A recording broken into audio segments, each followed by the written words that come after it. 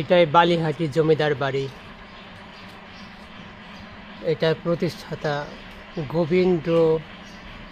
গোবিন্দরাম সাহা, যিনি 1800 শতকে এখানে এসে লবণের ব্যবসা শুরু করেন এবং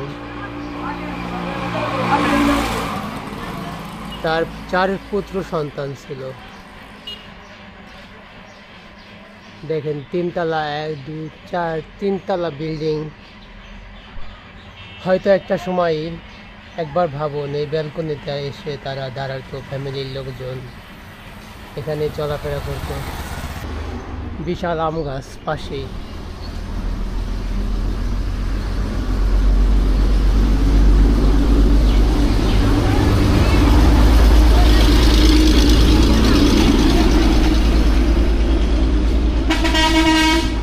এখানে মূলত 60টা স্থাপনা রয়েছে ভিতরে। বাহিরে বিশাল প্রাচীর দিয়ে ঘেরা, বিশাল প্রাচীর দিয়ে ঘেরা। আপনারা দেখতে পাচ্ছেন খুবই জরাজীর্ণ অবস্থা, প্রত্যেকটা বিল্ডিংয়েরই। একটা সময় এখানে কোলাহলপূর্ণ ছিল, লোকালয়।